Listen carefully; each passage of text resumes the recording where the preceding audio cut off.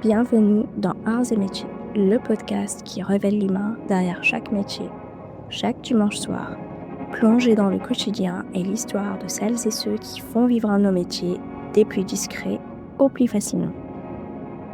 Aujourd'hui, on va dans un parc goûter aux premiers instants du printemps et retrouver Maze est escorte. C'est un métier qui existe depuis toujours et dont on parle peu ou mal. Depuis la loi de 2016 qui pénalise les clients, exercer ce métier en France est devenu plus complexe, plus risqué et plus invisible. Dans ce parc, vous entendrez Maze parler des rencontres, des frontières qu'on pose et de tout ce qui se joue entre les deux. Si vous entendez aussi des parents qui cherchent leurs enfants, des oiseaux qui chantent et quelques passionnés qui mettent la musique à fond sur leurs enceintes, ce n'est pas le fruit de votre imagination, mais quelques fragments de vie parisienne capturés par inadvertance. Voici ce que c'est être escorte. Moi, c'est Maïs, j'ai mi-trentaine. Je suis escorte depuis 8 ans environ. Donc, escorte, en gros, ça veut dire travailleur du sexe en réel et à l'heure, comme prostituée, qui est plus générale, et militant dans la cause depuis encore plus longtemps. Raconte-nous ton parcours. Comment es-tu arrivée dans ce métier? Alors, j'ai d'abord fait des études littéraires, été libraire, après été dans un cabinet d'études pendant quelques années aussi. Et j'ai fait un burn-out qui avait rien à voir avec le travail, mais qui m'a laissé très handicapée. C'était à cause de ma vie personnelle qui est devenue trop. Et donc, j'ai cessé d'être capable de tenir les horaires d'un emploi, de me lever le matin, etc. Et voilà, j'ai fini par être licenciée pour inaptitude. Et avant mon licenciement, j'ai commencé à faire du travail du sexe pour essayer de me réorienter dans quelque chose qui me demande pas d'avoir des horaires pleins et voilà, et de me lever le matin. Et voilà, comme j'avais deux amis qui faisaient de la domination professionnelle, je me suis dit je pourrais peut-être faire ça. Et en fait, je suis nulle pour la domination, donc je me suis dirigée très vite vers l'escorting classique. Et qu'est-ce que les gens comprennent le moins bien sur le travail du sexe? Ce qu'ils comprennent le moins, ça dépend des milieux. Les gens qui connaissent pas grand-chose, mais qui sont de vagues alliés quand ils croisent des concernés, c'est ah oui, il faudrait qu'on rouvre les maisons closes, alors qu'on veut pas du tout ça et que c'est pas du tout ça qu'on demande. Les gens qui sont féministes mais qui connaissent pas du tout ou qui sont de mauvaise foi, c'est plus en mode on est toutes des victimes d'un système pédoprostitueur, etc. Donc ça, c'est très fatigant.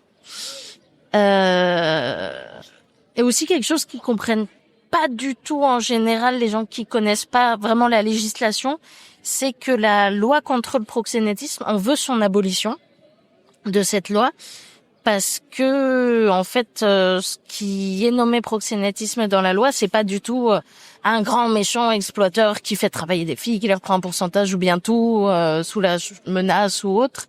C'est l'entraide communautaire qui est pénalisée, c'est le fait, par exemple, je sais pas, de louer un logement, tout ce qui, on peut pas dépenser notre argent, sinon toute personne qui le reçoit est proxénète, et on peut pas non plus s'entraider entre nous pour notre sécurité, parce que sinon, même si on n'en touche aucun bénéfice, on est proxénète. Donc voilà, souvent les gens croient qu'on est contre le proxénétisme, mais en fait, selon la loi française, non, c'est nous les proxénètes, c'est les travailleuses. Et justement, c'est intéressant que tu parles des maisons closes parce que j'ai vu que le RN prévoyait le retour dans son programme politique. En quoi c'est une mesure contre laquelle tu te positionnes? Déjà, c'est pas une proposition de loi officielle du RN, etc. C'est vraiment Tanguy, ce génie qui nous expliquait que Marine Le Pen, c'est un peu comme Mylène Farmer. Elle comprend les gays. Il a fait un peu cavalier seul en proposant ça dans une interview au Monde, mais il n'y a pas de texte de proposition, il n'y a rien de concret. Mais malheureusement, sa proposition est quand même plus proche de nos revendications que tout ce que propose actuellement la gauche, à part peut-être Anas Kazib. parce qu'il a quand même utilisé des mots-clés qu'on utilise dans nos revendications comme pas de patron, donc tout autogéré, des coopératives, des choses comme ça. Enfin, le droit de choisir notre modèle professionnel et de pas toujours être auto-entrepreneur, mais de pouvoir monter des coopératives, de ce genre de choses sans être proxénète. Donc là-dessus, voilà, ça reste le RN après, donc cette proposition est évidemment éminemment raciste, au sens où ça va permettre un profilage, un fichage, et que c'est le genre de mesure. Par exemple, les condamnations pour proxénétisme dont je parlais, elles touchent quasiment que des personnes migrantes, beaucoup de translatinas par exemple, et c'est beaucoup un moyen de poser des OQTF contre ces personnes. Donc évidemment le fait de pointer dans une maison close, etc., c'est très bien pour les collègues les plus privilégiés dont je fais partie.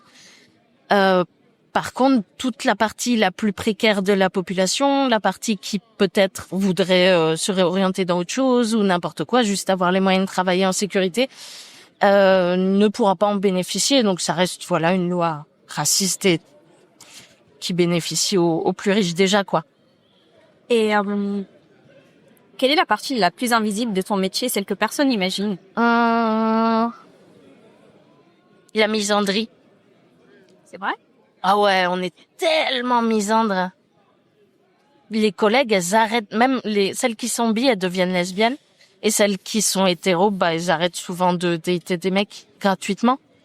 Et moi, je crois que j'étais pas misandre vraiment avant de commencer à travailler. Et pourtant, je suis lesbienne, donc en plus, je suis le moins touchée normalement. Mais putain, ouais, on est tellement misandre. Et les mecs ont toujours l'impression d'être...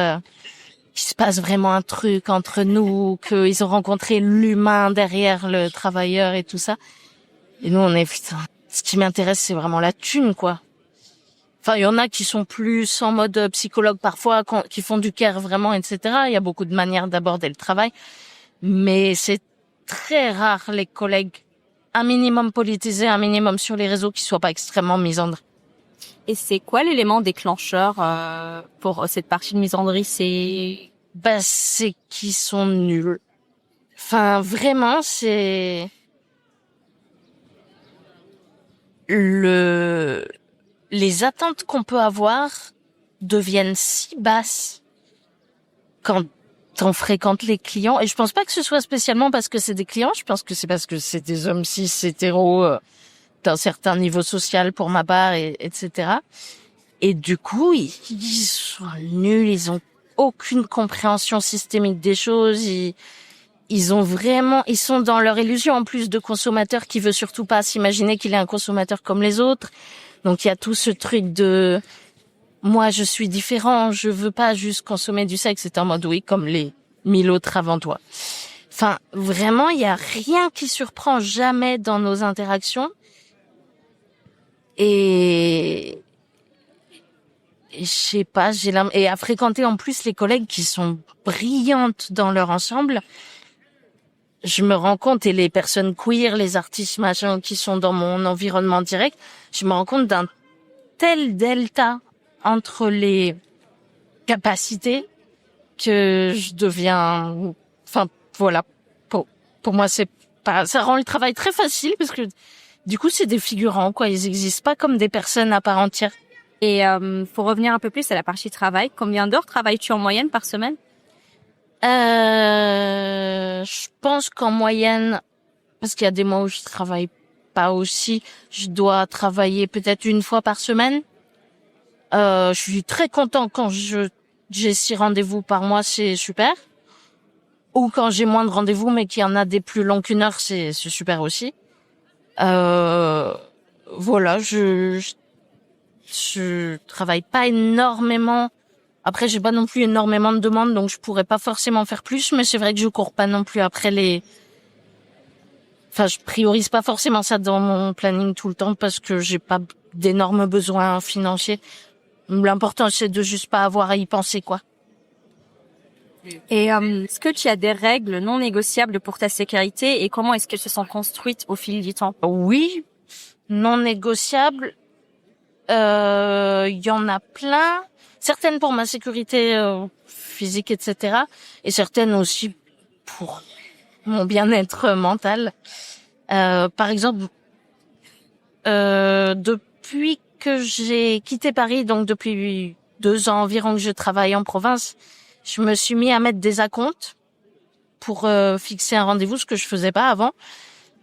Et en fait, ça me rend beaucoup plus serein parce que je sais que je me prépare pas pour rien. Un agresseur, il va pas déposer d'acompte, sauf si c'est le genre d'agresseur qui croit que retirer une capote, etc., c'est pas une agression. Mais la plupart des agresseurs, ceux qui viennent voler ou je sais pas quoi, ils vont pas déposer d'acompte parce que ça laisse peut-être des traces. Donc ça me rend très serein sur ma sécurité. Et après, c'est des règles pour mon confort. Par exemple, moi, j'ai toujours besoin de savoir la veille ce que je vais faire le lendemain quand je me couche. Sinon, je suis pas bien. En plus, je suis autiste. J'ai besoin vraiment de prévisibilité, de me préparer mentalement à sortir de chez moi, etc. Et beaucoup ne lisent pas du tout l'annonce. Ça, c'est la majorité qui lisent pas du tout l'annonce. Et donc, beaucoup demandent dispo, coucou dispo, CC dispo, CC DSP. Où vous seriez dispo aujourd'hui s'ils savent faire des phrases, etc. Et donc ça, c'est une règle, même si ça me gênerait pas un jour, si j'avais rien de prévu le soir, si j'avais tout le temps du monde et que je me disais, j'ai besoin d'un peu de thunes, je transigerais pas parce qu'en fait, je supporte pas que j'explique très explicitement. Je ne suis jamais disponible le jour même, inutile de demander. Bon, je veux dire, le consentement, au bout d'un moment, c'est pas que pour le sexe. Et donc ça, même si ça me dérangeait pas de le faire, je dérogerais pas parce que je veux pas les récompenser pour ce genre de comportement. Et comment se passent généralement les échanges avec les clients? Donc, tu as parlé d'une annonce. Comment se passe la prise de contact dès la réponse à une annonce? Moi, je fonctionne que par SMS. Avant, je prenais aussi les appels, mais je me suis rendu compte que ça donnait rien et ça me prend trop d'énergie et en public, c'est chiant, etc. Et en plus, il y a beaucoup plus de risques de se retrouver à faire du téléphone rose sans s'en rendre compte. Donc, que par SMS. Et j'ai un site que j'ai fait sur Wix. Mais ils sont israéliens, il faudrait que je trouve un autre hébergeur qui a vraiment toutes mes conditions, mes pratiques, mes tarifs, des photos, en veux-tu, en voilà, plein d'infos, une petite présentation et tout. Donc déjà, ça me permet de pas rentrer dans des dialogues interminables de et vous faites quoi et machin et est-ce que ça vous fait, ce qui peut aussi mener à du téléphone rose et moi je me mets un point d'honneur à ne jamais leur donner ce qu'ils veulent à ce niveau-là. Donc comme ça, je les renvoie direct un lien sur le site. Et après, donc il y a la compte, comme je disais, et le rendez-vous est fixé chez eux. Donc moi, je me déplace, je reçois pas parce que il y a plein de... Je suis bénévole à Médecins du Monde et je vois passer toutes les alertes des collègues en France. Ça m'a rendu parano sur le fait de recevoir parce que beaucoup des problèmes se passent comme ça. Donc je me déplace. À maximum 1 heure de transport, on va dire. Et voilà. Et après, vu qu'il y a la compte au moins la veille, tout se passe normalement. Et j'ai toujours un peu la même clientèle.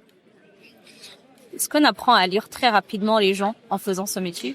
Alors très rapidement, je pense que moi j'ai été un peu lent. Au début, j'avais vraiment pas les... comme toutes celles qui débutent, mais j'avais moins les réflexes. Mais... Ouais, au bout d'1 an, je pense que t'as des alarmes très efficaces, tu repères bien les patterns. Et après, chacun sa méthode. T'en as qui ont besoin d'être au téléphone.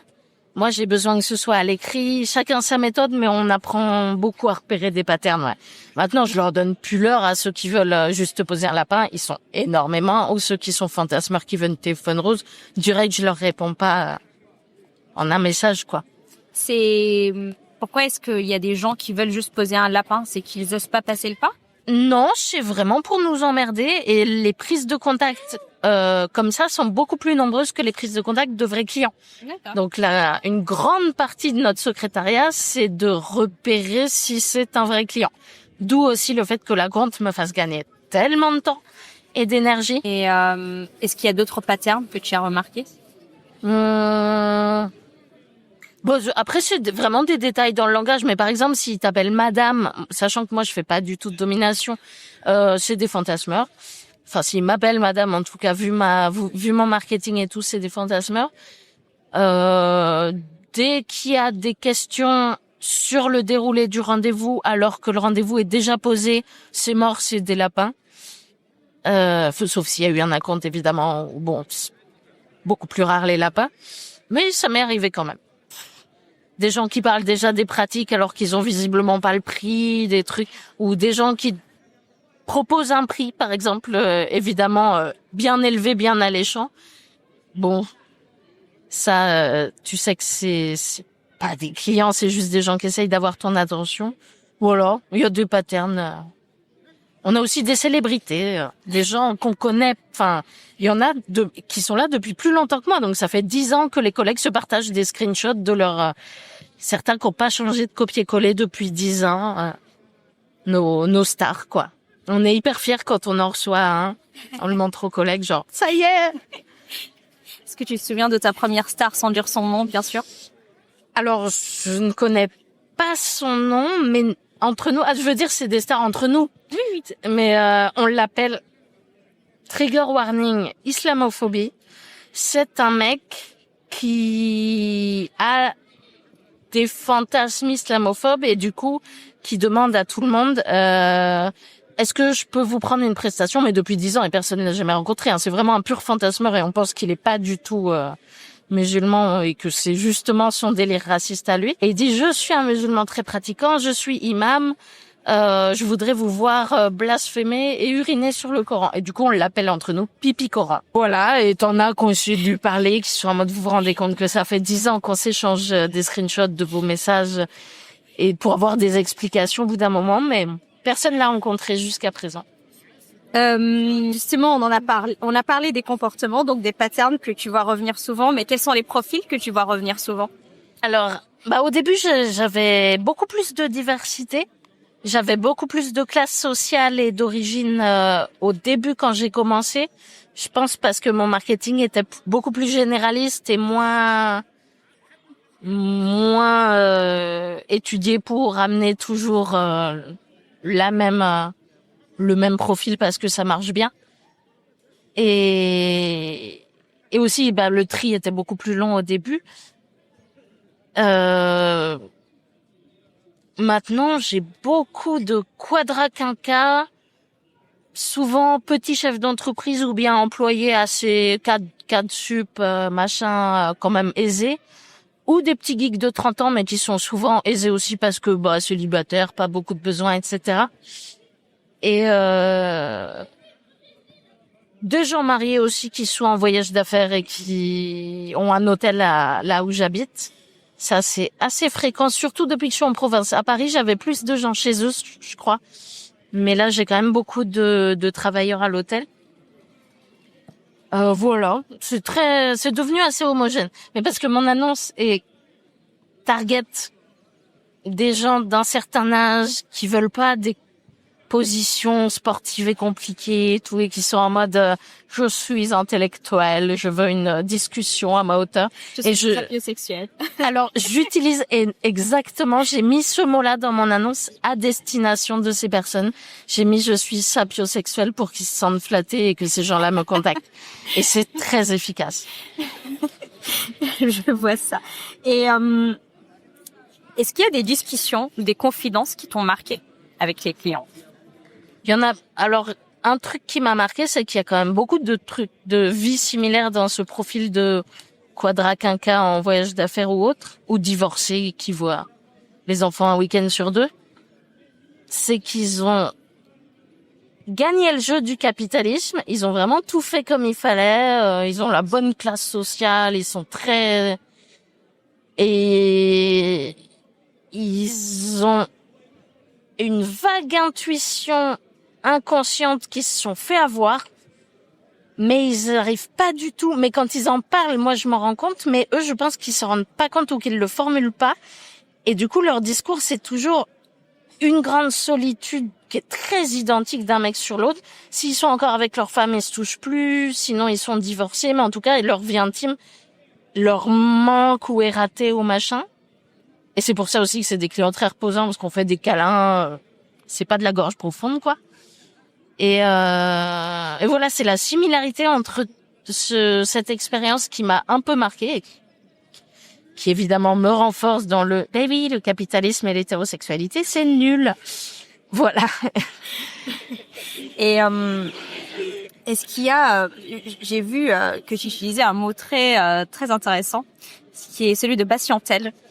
Est-ce que tu remarques qu'il y a des moments qui ressemblent plus davantage à de l'écoute, du soin et du care dans ton métier? Alors, oui et non, c'est-à-dire oui, pour le client, oui. Et pour des collègues, dont des amis très proches, oui, elles ont vraiment une approche de soins, de care, etc. Il y a même des gens qui sont dans des démarches, qui ont fait des études parallèlement de sexologie, enfin un sexologue, quoi. Donc qui inclut vraiment ça dans leur pratique. Il y a aussi le côté parfois accompagnement sexuel au niveau des handicaps physiques ou mentaux, mais ça c'est plus discuté. Est-ce que c'est de la prostitution classique? Est-ce que c'est un métier un peu différent, etc. Après, moi, vraiment, j'ai l'empathie d'un parpaing, donc dans ma pratique, je ressens pas ça. Après, j'imagine que oui, les clients viennent quand même chercher ça, mais c'est quelque chose que je donne très peu émotionnellement, mais que je vais plus donner par la tactilité, le câlin, le fait de rester jusqu'à la dernière minute, à faire des gros câlins après qu'ils aient joui et tout ça, et qui vont recevoir comme ça, qui va leur faire du bien. Mais par contre, au niveau... j'oublie immédiatement ce qu'ils m'ont dit, je les reconnaîtrai pas dans la rue, quoi. Est-ce que ça t'est déjà arrivé de croiser des clients dans la rue? Oui. Oui, et je ne les ai pas reconnus, et il était avec sa femme. Ah oui, et est-ce que quand tu sens pas avec leur femme, eux vont s'approcher de toi pour te dire coucou? Alors, ça m'est pas arrivé. Alors, si, ça m'est peut-être arrivé. En fait, pas des clients que j'ai eus. Ça m'est pas arrivé. Et lui, il m'a dit bonjour, parce qu'en fait, on fréquente un endroit en commun, et c'est là qu'il m'a vu. Et après, il m'a retrouvé, comme je suis très out partout, je parle du métier partout. Et donc, il m'a retrouvé sur le site et on s'est vu. Donc, j'avais déjà l'info de sa femme et tout. Je l'ai pas reconnu, mais on se connaissait déjà, apparemment.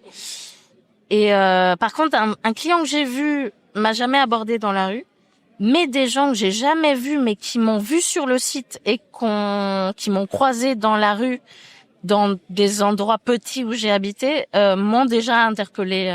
Ça m'est arrivé. C'est toujours désagréable. J'avoue que j'aime pas forcément ces interactions-là. J'imagine. Et est-ce que tu t'autorises à avoir des clients réguliers ou pas? Oh oui, c'est même pratique, hein, ça fait une partie non négligeable de mes revenus, je pense, parce que je pense que la clientèle se raréfie année après année, donc quand t'as quelqu'un qui a les moyens et l'envie de revenir régulièrement, t'essayes de le soigner. Et j'ai pris beaucoup de cours auprès de mes géniaux collègues du coaching pour fidéliser un peu mieux, pour être un peu mieux, pour qu'ils reviennent. Parce qu'au début, j'étais un peu trop autiste, un peu trop franc quand il posait des questions directes, et c'était pas la meilleure moyen de fidéliser. Alors il passait toujours un moment inoubliable, mais c'est pas pour autant qu'ils veulent revenir. Et maintenant, je sais que je fidélise beaucoup plus grâce à plein de conseils, à de l'entraînement, à avoir fait des duos avec les collègues et les avoir mimés jusqu'à apprendre leur technique de simulation, de choses comme ça. Donc les réguliers c'est bien, surtout les miens sont vraiment, alors j'en ai un très fatigant, mais j'en ai un aussi qui est hyper reposant. Je fais même une entorse avec lui, je regarde un peu moins l'heure, on va boire une bière après, je regarde pas ma montre, tu vois, mais lui il abuse même pas sur le temps, enfin très très tranquille. Donc lui, je suis content qu'il m'ait suivi depuis Paris. Et comment est-ce qu'on fait pour éviter que les réguliers s'attachent, en fait? Ça dépend encore une fois des méthodes de chacune. Moi, je crois que je donne tellement rien émotionnellement que ça me met pas trop dans cette galère. Et après, ceux qui sont attachés, souvent ceux qui s'attachent, c'est pas un problème en soi qu'ils soient attachés, même si c'est très inconfortable, je trouve. Mais c'est qu'ils vont demander des rendez-vous en mode et si on sortait du cadre, machin. Enfin, c'est qu'ils veulent dépasser le cadre en fait. Et ça devient un problème. Et donc moi j'ai très peu ça parce que si tu dépasses du cadre, je te réponds pas. Et après il y a des collègues qui vont être beaucoup plus capables et avoir beaucoup plus envie de jouer là-dessus. Mais c'est aussi un risque de se retrouver dans des situations de harcèlement. Moi j'aime pas jouer avec cette ambiguïté-là. Et je pense que si vraiment il y avait une insistance ou quelque chose que je trouve pas sain, bah j'expliquerais que très très explicitement et très neutrement, sans être agressif, que je ne dépasse jamais du cadre, qu'aucune relation avec des mêmes cis ne m'intéresse et voilà, que je joue pas, que moi ça ne m'intéresse pas du tout, donc et que je ne fais pas d'échange de services. Et tu disais que la clientèle rétrécissait d'année en année. Tu penses que c'est dû à quoi? Beaucoup à la législation. Il y a eu une énorme chute de la clientèle après la loi de pénalisation des clients de 2016, ce qui a rendu le métier beaucoup plus dangereux, ce qui a fait qu'on peut beaucoup moins choisir nos clients, que ceux qui restent, c'est ceux qui vont être beaucoup moins respectueux des lois, qui se sentent, comme ils sont moins nombreux, en confiance pour négocier des pratiques non protégées, pour négocier des pratiques qu'on veut pas forcément faire, etc. Pour négocier les prix à la baisse parce que il faut bien prendre des clients au bout d'un moment quand il y a. Puis la précarité augmente aussi, donc en vrai il y a de plus en plus de gens, même qui ont un boulot à côté, qui ont des enfants et un boulot à temps partiel, etc., qui s'en sortent pas et qui vont du coup faire du TDS occasionnel pour essayer de faire joindre les deux bouts. Donc il y a vraiment de plus en plus d'offres et la loi de pénalisation n'a pas du tout fait cesser le recours au travail du sexe. Par contre, ça l'a rendu précaire, dangereux, encore plus stigmatisé. Donc ça a été un énorme facteur. Et après, la crise économique, quoi. Enfin, vraiment le fait que plus personne, c'est-à-dire les clients qui restent, c'est plus les classes moyennes sup, mais ceux, je pense, qui sont de classes beaucoup plus précaires. Ça m'étonnerait qu'ils soient aussi nombreux qu'avant le Covid, par exemple, ou ce genre de choses. Et comment protège-t-on son intimité dans un métier où le corps est au centre? Alors, ça encore, je vais faire la même réponse à chaque fois. Ça dépend. Ça dépend déjà d'où on met son intimité. Moi, je sais que je la mets pas du tout dans mon corps. J'ai aucune pudeur et j'adore les contacts physiques. Et c'est pas pour autant que je suis en train de vivre quelque chose avec quelqu'un. Donc, c'est pas du tout quelque chose qui me pose problème. Il y a aussi quelque chose qui me facilite la vie dans cette distinction très nette. C'est que je n'aime que les femmes et certaines personnes non binaires, mais voilà. Et donc les clients ne sont même pas dans mon scope de je vais me poser la question d'est-ce qu'il se passe un truc, quoi. Il y a rien. Voilà, moi je suis très éloignée de ma sexualité, pas du tout due au travail du sexe, mais due au fait que je prends du Prozac, donc vraiment ça m'intéresse pas parce que la molécule te nique ta libido assez fréquemment. Donc voilà, c'est quelque chose qui est même plus très important dans ma vie personnelle. En fait, c'est juste c'est le travail, ça fait du sport, ça fait les cuisses et les bras. Et voilà, donc pour mon intimité à moi, je la mets dans mon ordinateur. Personne touche à mon ordinateur et personne me regarde mon écran quand je suis sur mon ordinateur. Ça, par exemple, c'est des choses qui pour moi sont très viscérales. Donc je comprends tout à fait que si les gens la mettent dans le sexe, ce soit hyper important pour eux, parce que je vis la même chose dans d'autres choses. Mais voilà, ça a jamais été le sexe. Puis même avant de commencer le travail du sexe, dans ma vie personnelle, je participais à des sexualités en groupe, des choses comme ça. Donc et parfois je couchais avec des amis parce que pourquoi pas, même si ça me faisait pas grand-chose. Enfin, ça a jamais été quelque chose de sacré. Après, il y a des collègues qui ont besoin de rituels, par exemple, de protéger certaines choses. Alors, on a la figure un peu mythologique, parce qu'en fait, c'est très rarement vrai. C'est plus vrai pour les traditionnels qui travaillent en rue, mais la pute qui embrasse pas. Ça dépend. Moi, c'est mort, par exemple, parce que je fais la girlfriend expérience petite amie. Évidemment, j'embrasse. Mais voilà, ça peut être une limite. Tu réserves certaines pratiques à ta ou ton partenaire. Alors pour les personnes qui ont la chance de pouvoir, tu as une chambre dédiée, par exemple. C'est pas dans ta chambre si tu reçois. Il y a plein de moyens de séparer. Et évidemment, c'est plus compliqué pour les personnes hétérosexuelles ou voilà. C'est quoi la girlfriend experience? Girlfriend experience, c'est expérience rendez-vous amoureux, quoi. Je suis ta petite amie pour une heure souvent, et 1 heure minimum, et plus si tu veux, jusqu'à une nuit. Et donc baiser, câlin, discussion, ils sont pas obligés, hein, mais et en gros c'est souvent, le code en gros c'est girlfriend experience et pornstar experience qui sont les deux extrémités du spectre vanille. Et pornstar experience c'est plus en mode sodomie, fellation non protégée, gorge profonde, des pratiques plus considérées comme hard ou pornographiques. Et girlfriend experience, il y a aussi la notion que c'est pas BDSM, même si il y a des gens qui peuvent très bien mêler les deux, mais ça reste niche. Voilà, c'est vanille, tranquille. Et comment fais-tu pour protéger des limites justement et protéger ton équilibre personnel? Ça dépend ou pas? Non, je pense que ça, pour le coup, nos moyens de protection, comme on se conseille beaucoup entre nous, on a quand même des similarités entre nous, mais déjà, alors, c'est pareil, ça peut rentrer dans les rituels et la symbolique, ça d'ailleurs, mais on a tout un pseudo. Moi, après, j'ai l'habitude de changer de nom. Enfin, dans beaucoup de milieux, j'ai pas le même nom. De toute façon, même avant d'être TDS, je faisais déjà ça parce que j'ai des milieux différents. Les gens m'y appellent pas forcément pareil.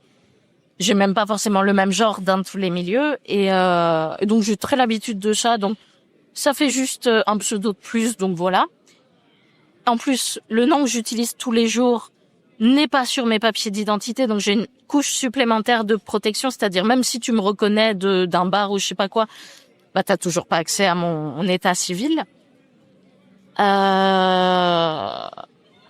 Et puis je laisse pas prise à la sortie de cadre, comme je disais, donc ça protège. Et moi j'ai pas besoin énormément de protéger ma vie parce que ma famille est au courant, tout mon entourage est au courant.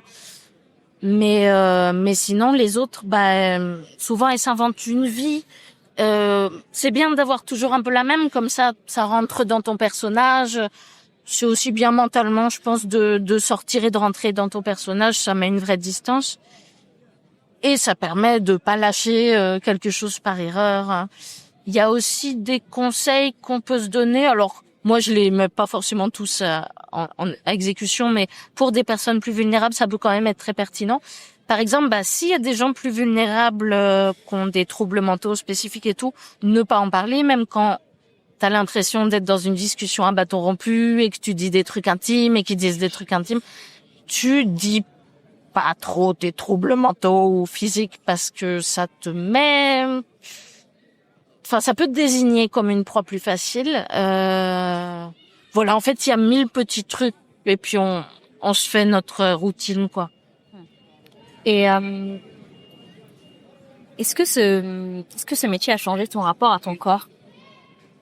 Je pense que ça m'a rendu beaucoup plus à l'aise avec le regard des autres et j'ai eu beaucoup plus de confiance dans ma capacité à plaire. Alors qu'avant, je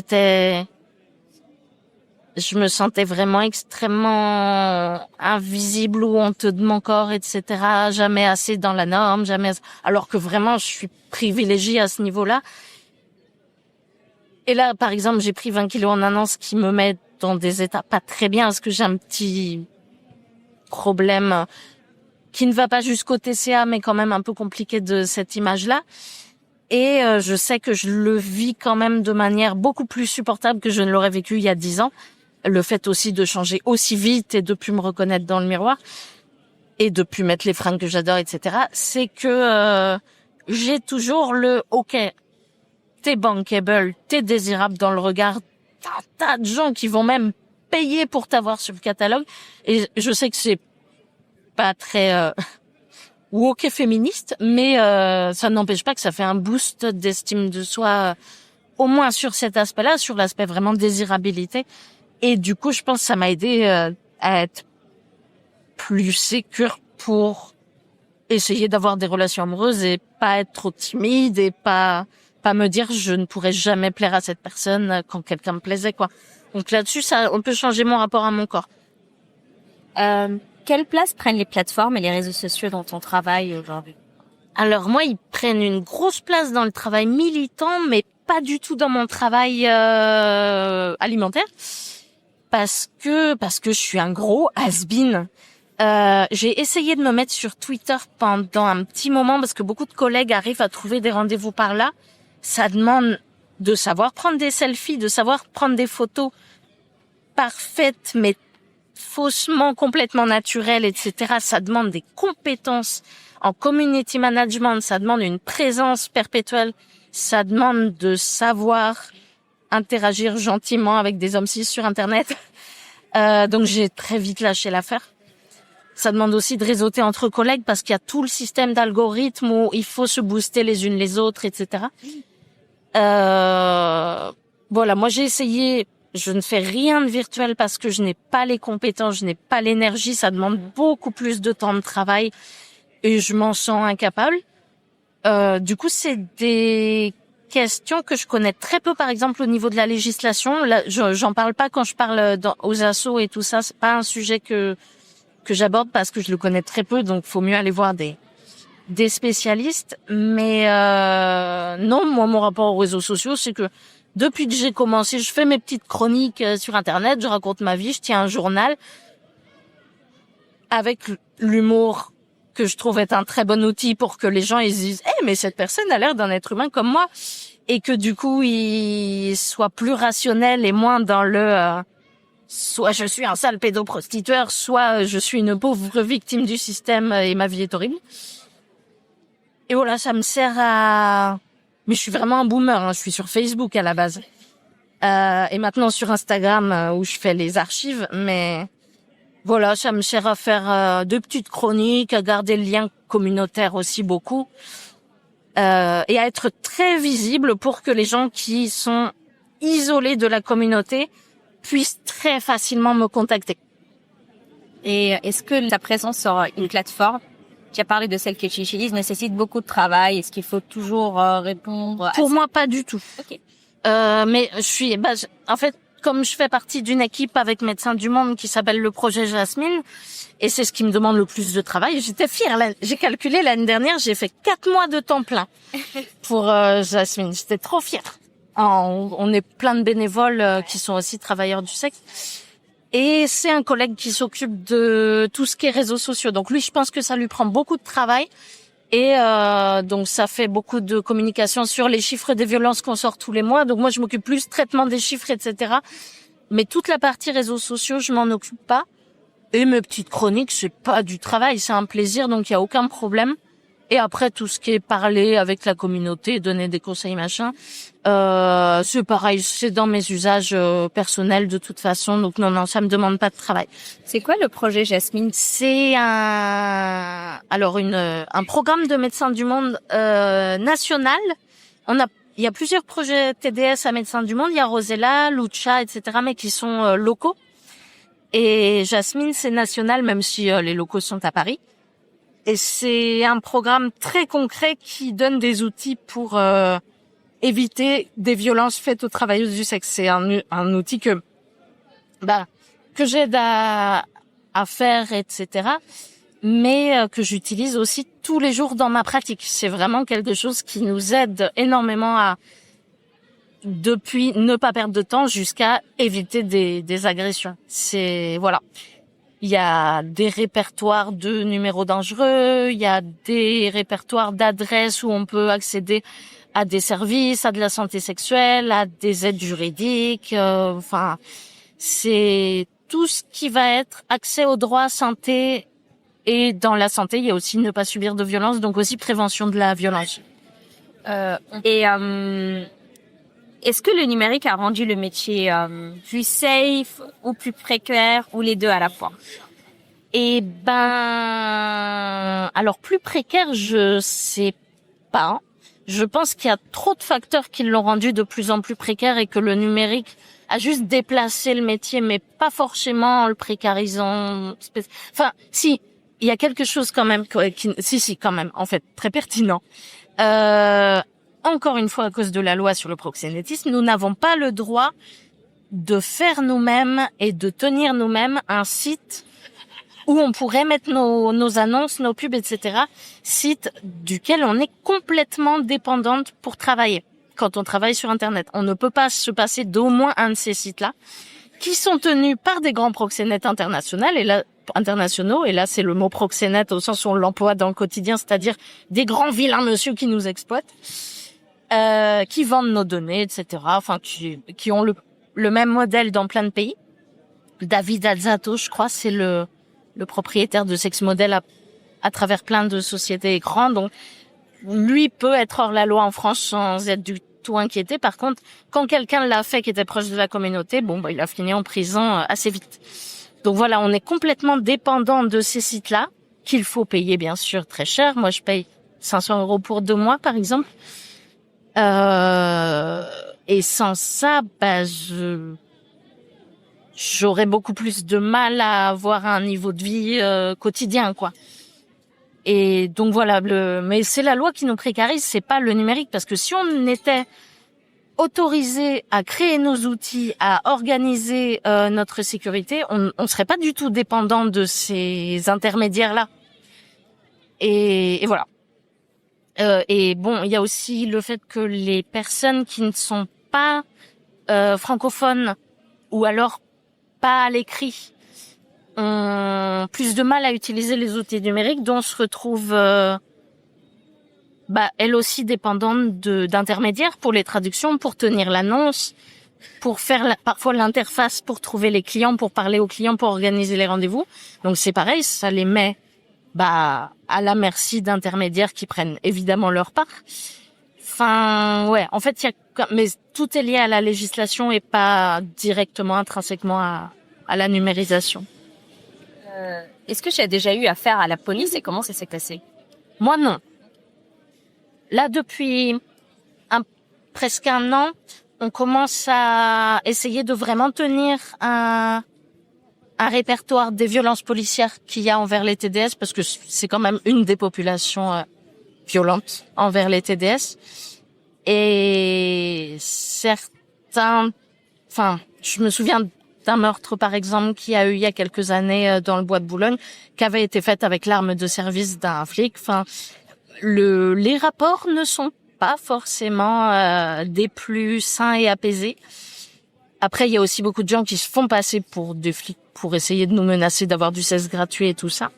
Mais moi, j'ai jamais eu affaire directement à ça. Est-ce que tu as déjà eu affaire à des agresseurs ou des harceleurs? J'ai eu une fois un agresseur qui m'a arnaqué sur le tarif et qui était vraiment un agresseur en série. Ce dont je me suis rendu compte après en parlant avec des collègues. Pas de harceleurs. Et globalement, moins d'agressions et de problèmes liés au consentement que dans ma vie personnelle où là, fréquenter des hommes cis, même en tant qu'ami, ça a été beaucoup plus vulnérabilisant, je pense. Mais justement parce qu'il n'y a pas ce cadre très précis, très contractuel où les limites sont hyper claires et du coup, j'ai aucun mal à les faire respecter. Dans les amitiés, j'ai eu beaucoup plus de difficultés à les faire respecter, par exemple, et plus eu de flou de consentement, d'agression, pas forcément volontaire, entre guillemets, mais voilà, juste les rapports hommes-femmes, quoi, dans la vie. Quand tu as commencé à faire ce métier, à quel moment est-ce que tu as compris que tu aimais bien faire ça et que tu allais continuer à le faire? Je le savais déjà avant. C'est vrai? Mais oui, mais parce que j'avais déjà, genre, je sais pas, t'as un pote, il t'héberge. Bon, je sais que c'est pas ok de dire ça. Mais voilà, ce que je savais, qu'en fait, j'en ai rien à foutre, et puis après, on dort et... je savais que ça me... Et après, je me retrouve avec 250 balles en poche, quoi. Donc, non, j'ai eu aucun doute sur le fait que ça me conviendrait bien. Non, ma crainte, ça a surtout été, est-ce que je vais pouvoir en vivre? Est-ce que va y avoir de la demande? Est-ce que on va vouloir de moi, etc. Mais le fait de bien le vivre, ça, j'avais vraiment aucun dilemme. J'ai une question cheap que j'adore poser dans ce podcast, c'est à quoi ressemble une journée cheap. Et donc pour toi, je voulais savoir à quoi ressemblait un rendez-vous cheap. Alors, donc soit à l'hôtel, soit chez eux, j'arrive. Déjà, je mets 1 heure à me préparer parce que je bois une chicorée dans le bain, puis 1 heure prévue pour le trajet, donc j'arrive trop en avance. J'attends devant la porte qu'il soit exactement l'heure de sonner. On commence souvent par discuter un peu, mais comme ils prennent souvent une heure, la discussion au début est pas forcément très longue. Il y a un moment où s'ils sont timides ou quoi, je peux et je mets la main sur le bras et je me penche un peu pour embrasser, mais en demandant, et du coup ça peut lancer un peu le rendez-vous. Après souvent, donc soit on va dans la chambre si on n'y était pas, soit on commence à se déshabiller, tout ça. Souvent il y a un peu de masturbation mutuelle, ou alors s'il s'allonge sur le dos et qu'il me laisse faire, ça commence souvent par une fellation.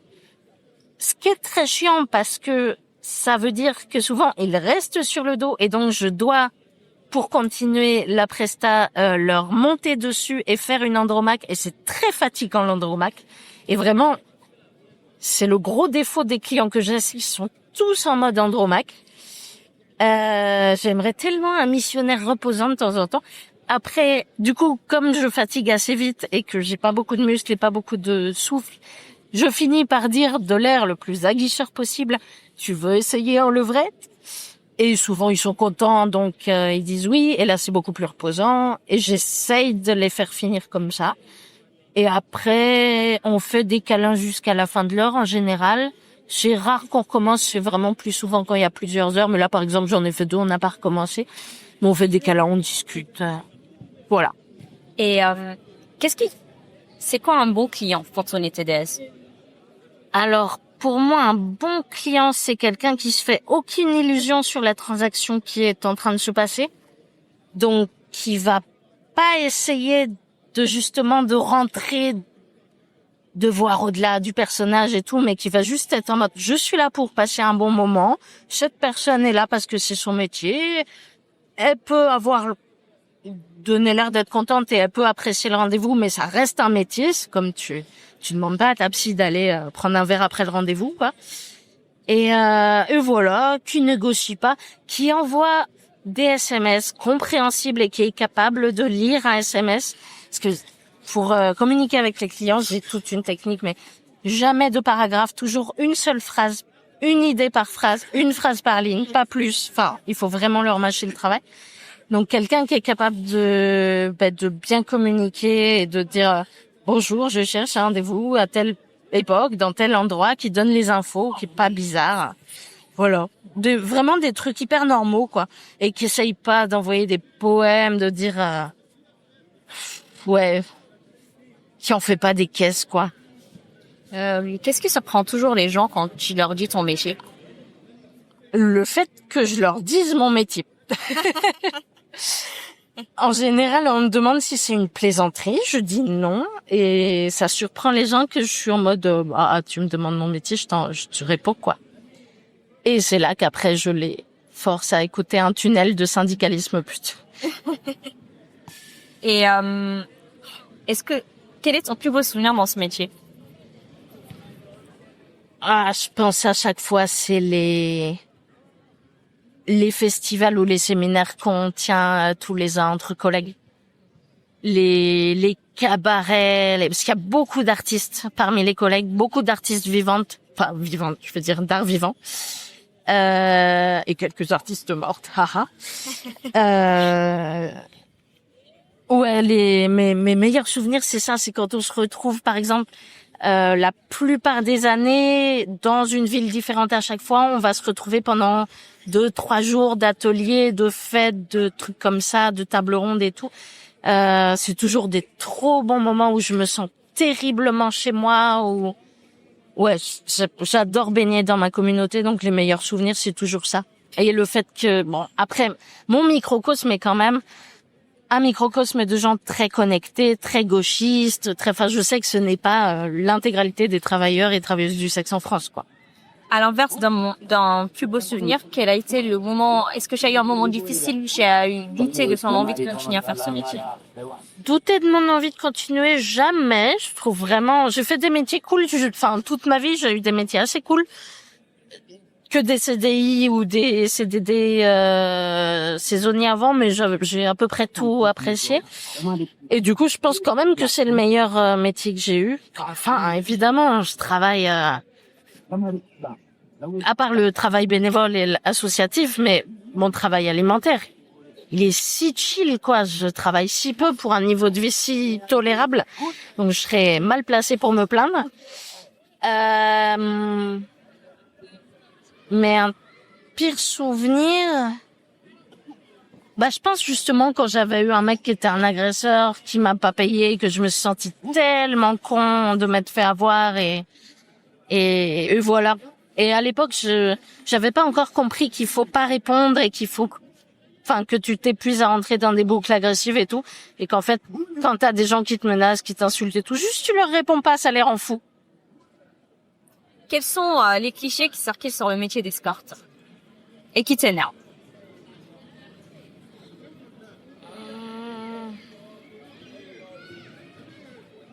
Il y a tous les clichés abolitionnistes, mais ça m'énerve parce que c'est politiquement, c'est des mensonges déjà et c'est politiquement orienté, quoi. C'est vraiment pour nous retirer des droits, donc forcément les conséquences sont chiantes.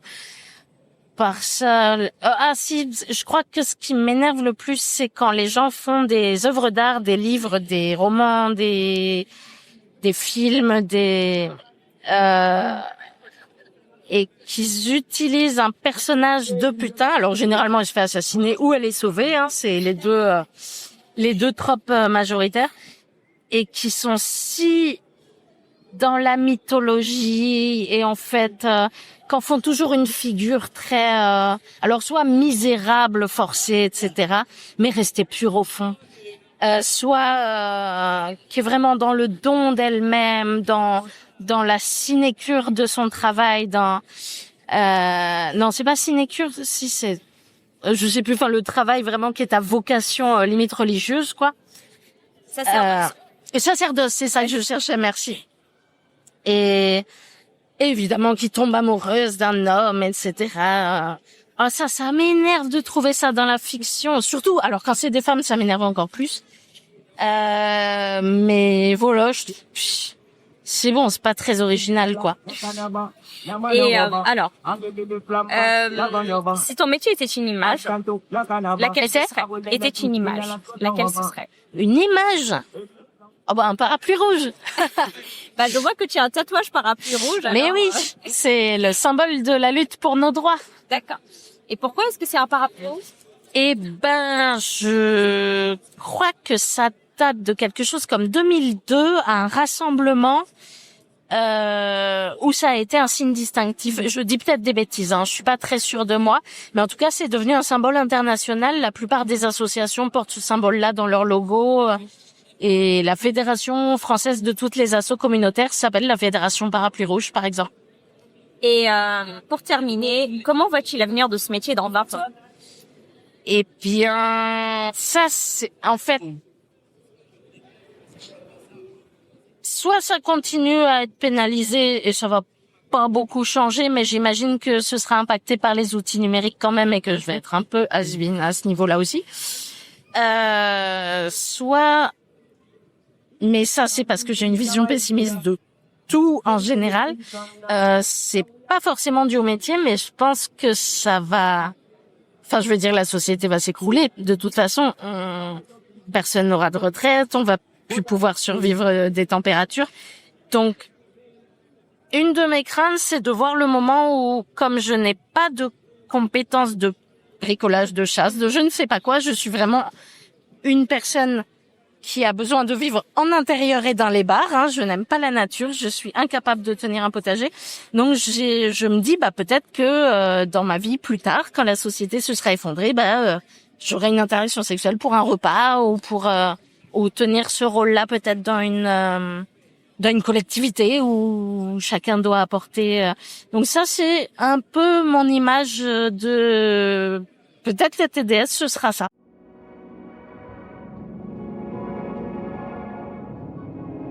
Merci d'avoir écouté Arts et Métiers. Si cet épisode vous a plu, vous pouvez vous abonner au podcast et laisser 5 étoiles. Et si vous souhaitez vous aussi raconter ou suggérer un métier, écrivez-moi sur artsetmétiers.podcast@gmail.com. On se retrouve dimanche prochain pour un nouveau métier et pour une nouvelle personne.